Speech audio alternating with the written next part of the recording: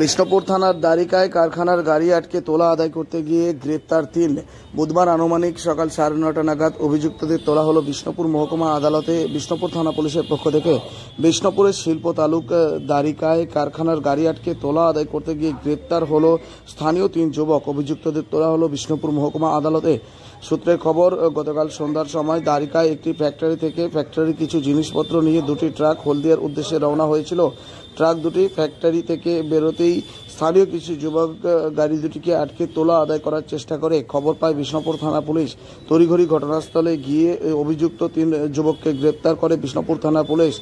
আজ অভিযুক্তদের বিষ্ণুপুর মহকুমা আদালতে তোলা হয় বিষ্ণুপুর থানা পুলিশের পক্ষ থেকে। সমগ্র ঘটনা নিয়ে বিষ্ণুপুরের এসডিপিও সুপ্রকাশ দাস কি বলছেন শোনাবো।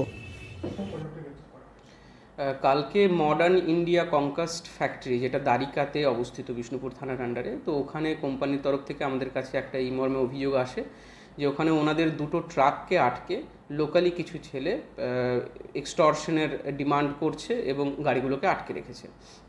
এই মর্মে অভিযোগ পাওয়ার পরে আমাদের বিষ্ণুপুর থানা থেকে ওখানে টিম যায় এবং ওখান থেকে 3 জনকে অ্যারেস্ট করা হয় এবং এটার উপর একটা স্পেসিফিক কেস করে আমরা 3 জনকে আজকে ফরওয়ার্ড করেছি লানেড বিষ্ণুপুর কোর্টে।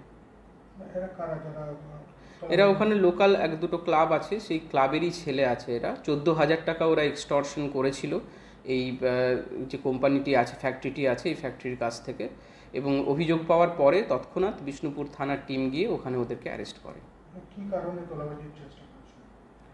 এখান থেকে ওই যে মডার্ন ফ্যাক্টরিটি আছে, ওই ফ্যাক্টরির কিছু মাল হলদিয়াতে যাওয়ার কথা ছিল। তো সেই মালগুলো নিয়ে যখন ট্রাকগুলো বেরোচ্ছিল, তো তখন ওরা আটকে ওখান থেকে টাকা চায়।